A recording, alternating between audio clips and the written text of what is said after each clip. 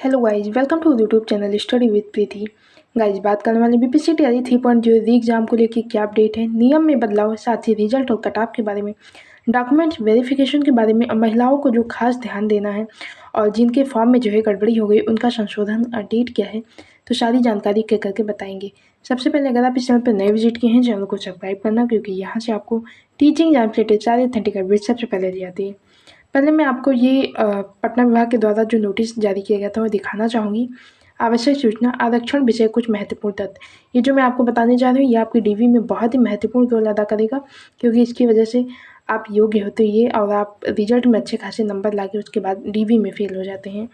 यहाँ पे एक एक चीज़ें पॉइंट बहुत ध्यान से देखिएगा। व्यक्ति विशेष की जाति का निर्धारण उसके पिता की जाति के आधार पर होता है, पति की जाति के आधार पर नहीं। ये महिलाओं के लिए खास कर है।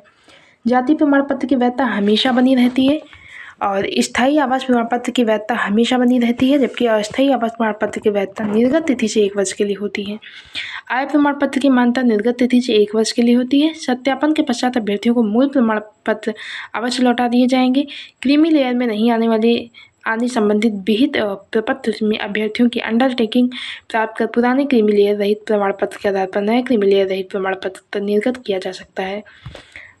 आगे देखिए आप, ये हो गया आपकी आरक्षण के संबंध में क्या कुछ महत्वपूर्ण तथ्य थे।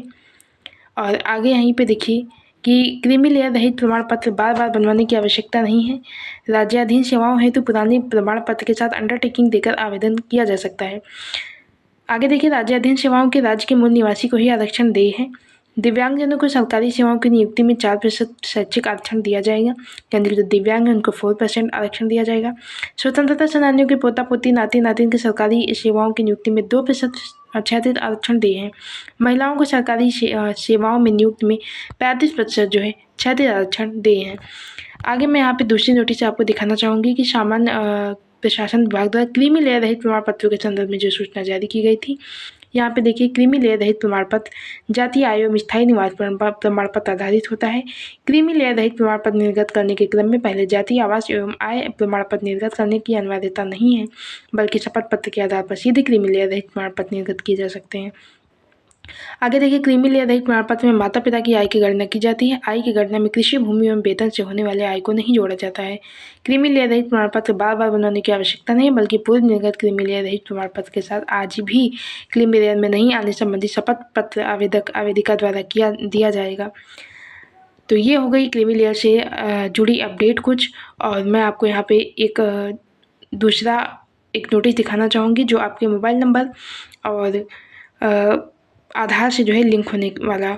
यहाँ पे देखिए, बिहार लोक सेवा आयोग की अनुशंसा के आलोक में विभिन्न स्तरों पर विद्यालय अध्यापक के पद पर नियुक्ति हेतु अनुशंसित अभ्यर्थियों की काउंसलिंग हो रही है। इस बीच कतिपय अभ्यर्थियों के नाम में भिन्नता के कारण ओटीपी नहीं आने की समस्या से पहले उन्हें यह कहा गया था कि या तो जिलाधिकारी का प्रमाण पत्र एवं न्यायिक दंडाधिकारी का हलफनामा लेकर आएँ।